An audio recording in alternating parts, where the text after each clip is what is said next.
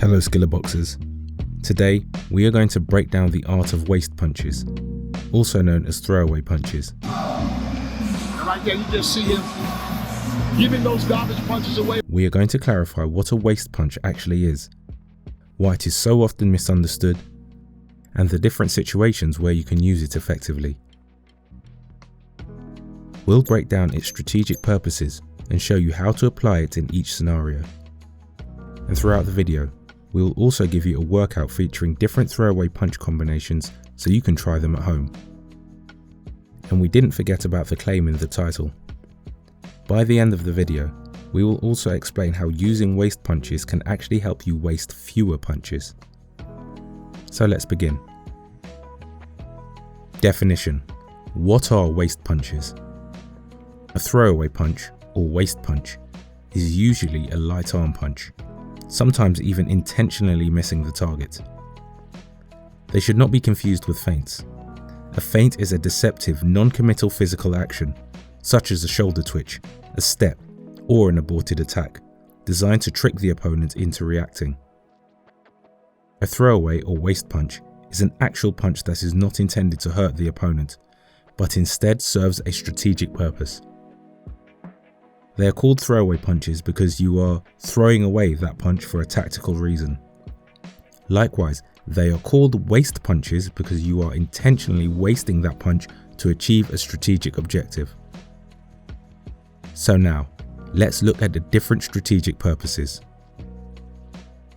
Get into position, disguise power punches from loaded positions, create openings, blind opponents. Strategic purpose number 1, getting into position. So what is the benefit of using waist punches to get into position? Let's begin with the most basic example, the 1-2. When fighting from the outside, you need to step forward to get into range for the cross. The natural way to do this is by stepping in with the jab. The jab allows you to enter range as you punch, and from that position your cross is already loaded. The movement flows naturally, allowing every punch to be thrown with power and rhythm. However, there are techniques in boxing that do not connect as fluidly. This is a concept we explained in our weight distribution video.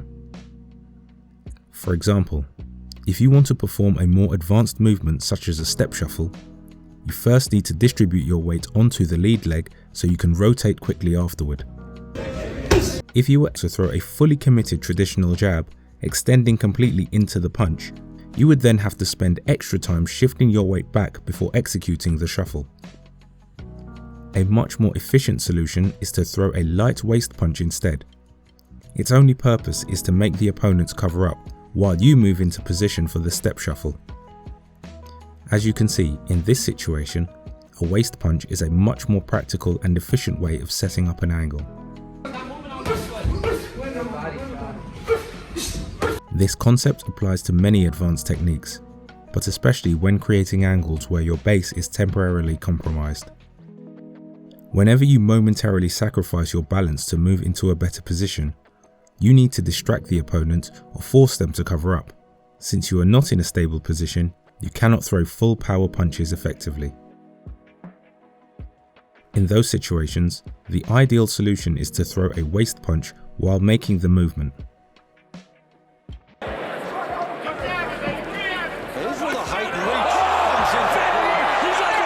Continuing with positioning, waist punches can also help surprise your opponent, allowing you to land your real power punches with much greater intent. Strategic purpose number 2, disguising power punches. Whenever you want to throw a truly powerful punch, you first have to load it by transferring your weight to its starting position. This allows you to explode quickly and generate maximum force by using your entire body. The downside is that loading your punches also makes them easier to read.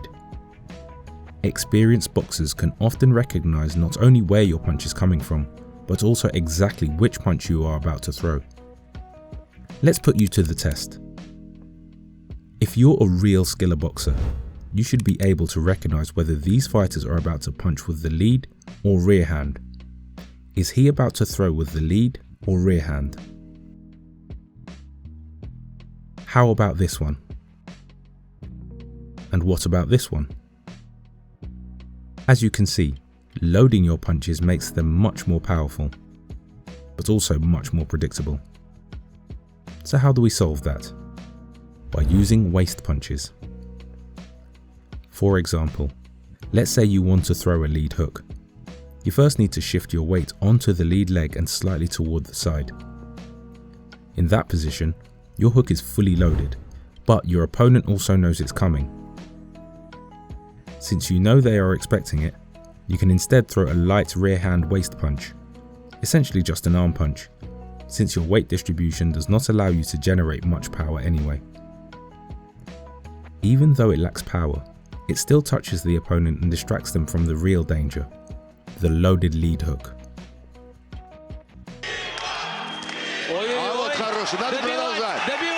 Some opponents will still recognize what you are doing. However, the waist punch often acts as a blinder, and it can catch opponents by surprise long enough for the real power punch to land. But waist punches are not only useful as distractions, they can also make your opponent give you a target more easily. Before we move on to the next strategic purpose, there's no better way to understand waist punches than to actually drill them. Skillr Boxers, this week's training module will help you master 15 of our favourite waist punching combinations featured in this breakdown. If you're new to the channel, the Skillr app is a powerful training platform designed for both beginners and experienced fighters. It's especially valuable for amateur fighters who need structured training and linear progression. And if you already have a coach, boxing gym or fight team, the app becomes even more valuable. Use your time outside the gym to sharpen your offense, defense and footwork, and turn those extra reps into a competitive advantage. Never stop improving. New workouts are released every Saturday. Strategic purpose number 3. Creating openings and blinding opponents. One of the most common uses of waist punches is to create openings.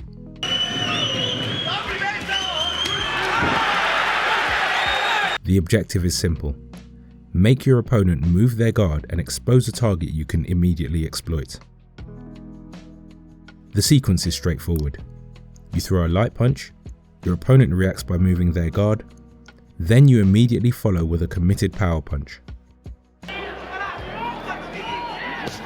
There it is, got him again! Again, the waist punch is not intended to hurt your opponent. Its purpose is simply to move their guard. In many situations, this is actually more efficient than throwing every punch with full power. Because the waist punch is thrown lightly, the sudden change in intention catches opponents off guard. One moment you are lightly tapping their gloves, and the next you explode into a fast knockout punch. That sudden change in tempo is the key. You should constantly change both rhythm and intention.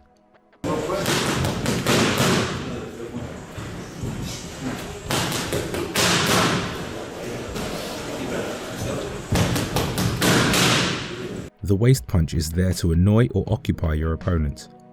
You can even throw multiple waist punches. But when you decide to commit to the real attack, the change in speed should be sudden and explosive. As we will see shortly, this principle is one of the keys to becoming more energy efficient while making your combinations more effective. Lastly, waist punches can also be used to blind opponents. This is usually done with the lead hand, throwing a light jab that temporarily blocks the opponent's central vision. This falls under the category of lead hand techniques such as posting or pinning. The difference is that instead of extending the arm, you are actually throwing a punch. This is often done by doubling or tripling the jab lightly before finishing with the rear hand.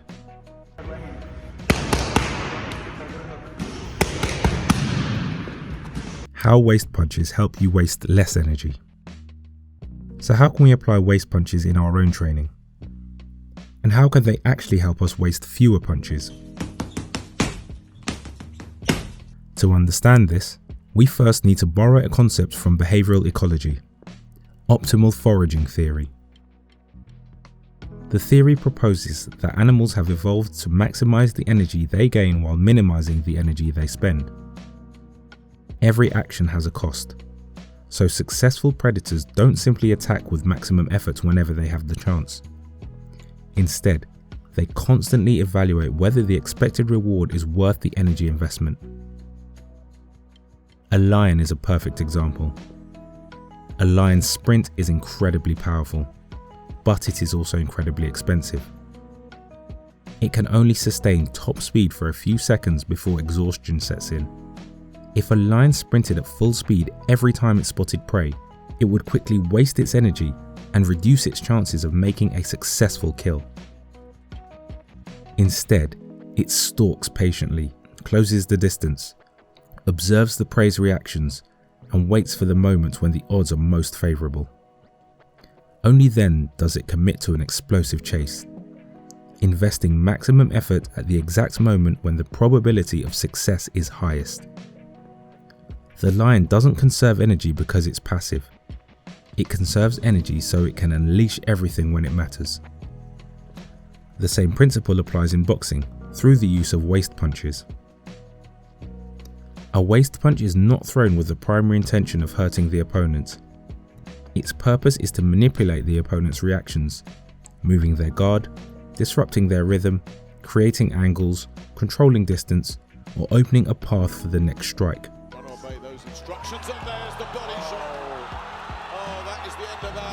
Because these punches are light and non-committal, they require very little energy while still producing valuable tactical information and positional advantages.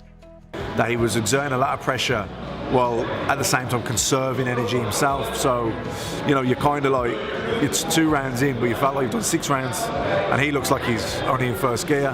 And then, you know, you're just preoccupied with a lot of things. He keeps you kind of guessing, keeps you thinking, and then obviously he got me with the body shot, and that was very painful, yeah.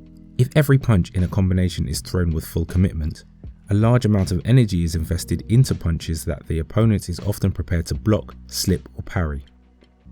The boxer is paying the highest possible cost, even though the probability of those early punches landing cleanly is relatively low. Waist punches solve this problem by following the same logic as the lion's hunt.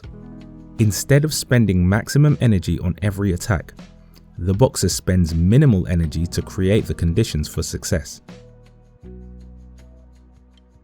The setup punches are the stalking phase. The committed power punch is the sprint. The objective is not to throw fewer punches, but to invest force only when the expected return is greatest.